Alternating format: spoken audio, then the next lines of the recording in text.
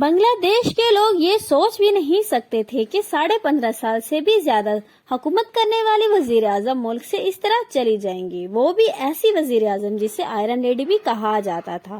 تو آخر استعفے سے قبل پی ایم ہاؤس میں کیا ہوا؟ اتوار کے دن کو تحریک کے مظاہرین اور عوامی لیگ کے کارکنوں کے درمیان کلیشز میں تقریباً 100 سے زیادہ لوگوں کی ہلاکتیں ہوئیں۔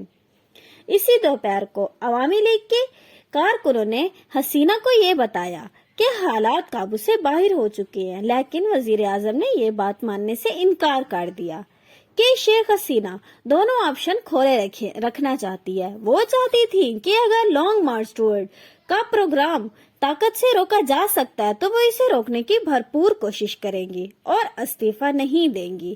اگر ایسا نہیں ہو سکتا تو وہ انڈیا روانہ ہو جائیں گے۔ طاقت کے ذریعے اقتدار میں رہنے کی آخری دم تک کوشش کی۔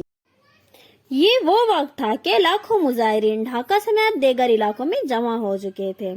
فوج کے کمانڈو شیخ حسینہ کو بتا ہی رہے تھے کہ ان کی جان کو خطرہ بھی ہے۔ حسینہ کے بیٹے سجو واجد نے کہا کہ حسینہ واجد اتوار سے استعفیٰ دینے کے لیے تیار تھیں۔ دوسری جانب جب تک سوار نہیں ہوئی اس وقت تک انٹرنیٹ بند رہا۔ بنگلہ دیش کے حکام کے مطابق شیخ حسینہ نے انڈیا کو اپنے آنے کے لیے بتا دیا تھا۔